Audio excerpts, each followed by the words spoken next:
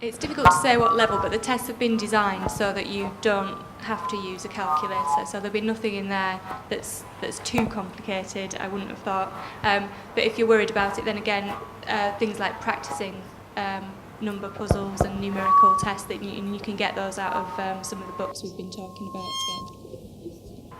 Can I just add to that, because I have a nervousness around numerical reasoning as well, and I've done a number of assessment centres in my career and undertaken a number of tests, ability tests, one of which has been numerical reasoning, and it although it can be quite difficult in the sense that you have this nervousness around numbers, it is about your reasoning skills, and that's the sort of emphasis.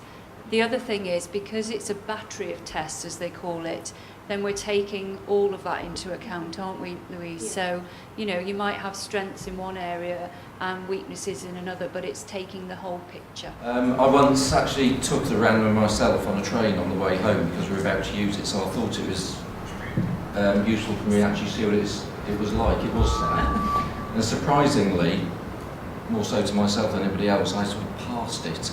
But what it's about is interpretation of data. You have managers, think about your world, you have managers who will look at your finance sheet or your crime figures and go, I haven't got a clue, can somebody explain this to me? Then you'll have those managers who will look at it and go, I can see this has gone up, but that's gone down, and maybe that's linked to this information. That's what this test is aimed at identifying. We need managers for the future, who can look at data like crime figures or finances and start to interpret it and see patterns, and to start asking those questions. That's the level it's aimed at. So if you wanted to practice, then start having looked through financial data in newspapers and start asking yourselves questions about it. What is this telling me?